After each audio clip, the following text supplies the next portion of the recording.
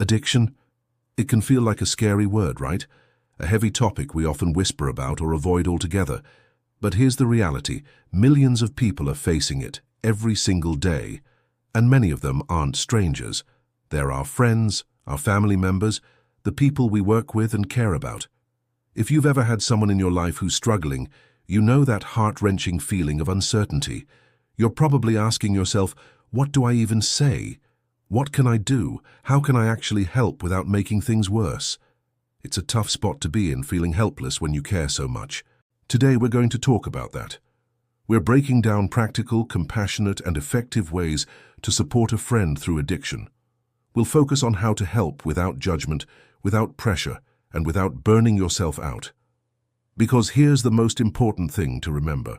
Sometimes just one person showing up with genuine support can be the turning point that makes a world of difference. So, if you're ready to learn how to be that person for your friend, stick with me. The very first, most fundamental step is to lead with compassion. Let's get one thing straight right away. Addiction isn't a moral failing. It's not about being weak or making bad choices on purpose. It's a complex and challenging condition that involves a mix of biology, genetics, mental health, and a person's environment. Your friend is likely already drowning in feelings of shame, guilt, and self-blame. The last thing they need is more judgment. What they desperately need is your kindness and understanding. So, how do you show that? It starts with reminding them of their worth as a person, completely separate from their struggle. Let them know you see them, the friend you love, the person with hopes, dreams, and a great sense of humor. Something as simple as, "Hey, I just want you to know I care about you and I'm here for you no matter what," can be incredibly powerful. It shifts the focus from fixing a problem to supporting a person. It builds a bridge of trust and lets them know they aren't alone in this fight. Before you do anything else, make sure your actions and words come from a place of genuine care, not criticism. That foundation of compassion is everything. Now for one of the most powerful tools in your support toolkit, and it's something we often forget to do. Listen more than you speak. Seriously, when we see someone we care about hurting, our first instinct is often to jump in with advice, solutions, and lectures. We want to fix it, right? We might say things like, "Oh, you just need to stop," or "Why don't you try this?" But honestly, that kind of approach can feel overwhelming and even push them further away. Your friend has probably heard it all before, especially from the critical voice inside their own head. Instead of directing the conversation, create a safe space for them to share what's on their mind. You can do this by using gentle, open-ended questions. Try asking something like, "How have you been feeling lately?" Or, "What's been the toughest part of all this for you right now?" These questions don't demand a specific answer. They simply open the door for your friend to talk if they're ready. Then just listen. Don't interrupt. Don't plan your response while they're talking. Just absorb what they're saying and validate their feelings with phrases like, "That sounds incredibly difficult," or "I can understand why you'd feel that way." Sometimes the simple act of being truly heard, without judgment or pressure, is the first real step toward healing. This brings us to our next point. Offer support, not pressure. It's a subtle but crucial distinction. It's completely natural to want your friend to get help immediately. You can see the path to recovery so clearly, and you want to push them onto it. But here's the hard truth. Pressure often backfires. When people feel forced or controlled, they tend to resist, even if they know the advice is good. The decision to seek help and make a change has to come from them.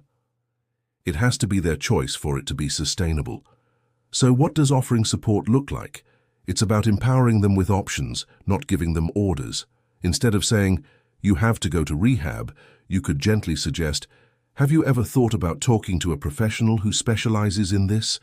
I've heard there are some great resources out there." Or instead of demanding they go to a meeting, you could offer, "I know it might be intimidating, but if you ever wanted to check out a support group, I'd be happy to go with you. We could just sit in the back, no pressure." The key here is framing your suggestions as offers of help. You're a partner, not a parole officer.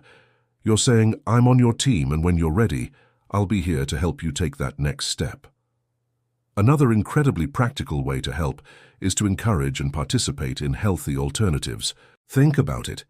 For many people struggling with addiction, their substance of choice has become intertwined with their social life, their relaxation routines, and their ways of coping with stress.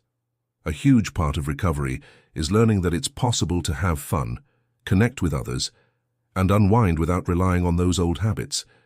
And you, as a friend, can be a huge part of demonstrating that. So, get proactive. Instead of your usual hangout spot, invite them to do something completely different. Suggest going for a hike, trying a new workout class together, or starting a new hobby you both might enjoy, like painting or learning an instrument. Plan a movie night with all their favorite snacks or cook a meal together. These activities do two important things. First, they create new positive memories that aren't associated with substance use, and second, they show your friend that you want to spend time with them, not just the version of them that shows up in a party setting. By building new, healthier routines together, you're helping them slowly build a new life, one positive experience at a time. Now, this next point is one that people often overlook, but it's absolutely critical for your own well-being. You must set boundaries while you are caring for your friend. Let me be clear. Supporting someone you love does not mean you have to sacrifice your own mental, emotional, or financial health. It's not selfish to protect yourself. It's necessary. If you burn out, you won't be able to help anyone. Boundaries are simply the lines you draw to keep yourself safe and healthy. This might mean saying no to things that make you uncomfortable. For example, it's okay to say, "I love you and want to see you, but I can't hang out if you've been drinking." Or, "I'm happy to help you find a therapist, but I can't lend you money." It is also okay to limit how much time you spend talking about the addiction if it's starting to drain you emotionally. You can say, "I'm here for you, but for my own peace of mind, I need to take a break from this conversation for a little while."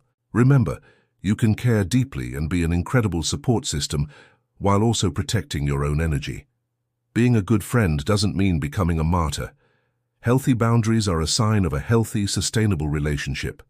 Finally, and this is so important, remember to celebrate the small wins. Recovery is almost never a straight line. It's often a messy journey, with 2 steps forward and 1 step back. If you're only waiting to celebrate the big, ultimate goal of complete sobriety, you'll both become discouraged. The path to recovery is paved with small, brave steps, and each one deserves to be acknowledged. What does a small win look like? It could be anything. Did your friend open up to you for the first time about their struggles? That's a huge win. Did they manage to cut back even just a little? That's progress. Did they make a phone call to a helpline or agree to look at a website for a treatment center? That's a massive step. When you see these efforts, acknowledge them. A simple, "Hey, I know that was really hard for you, and I'm so proud of you for doing it," can provide a powerful boost of motivation. Positive reinforcement shows them that their efforts are being seen and that they are capable of change. Celebrating these small victories helps build momentum and keeps hope alive for both of you. So let's bring it all together. Supporting a friend through addiction isn't about you becoming their savior or fixing all their problems. It's about walking beside them on their journey, however long and winding it may be. It's about creating a safe, supportive space where change becomes possible. Your compassion can combat their shame. Your patient listening can make them feel seen. Your gentle encouragement can give them options. And your healthy boundaries will ensure you can be there for the long haul. Even if your friend isn't ready to change today, your unwavering support plants a seed. It lets them know that when they are ready, they won't have to face it alone, and that knowledge can be the lifeline they hold on to. Thank you so much for watching and for being willing to learn how to be a better support for the people in your life.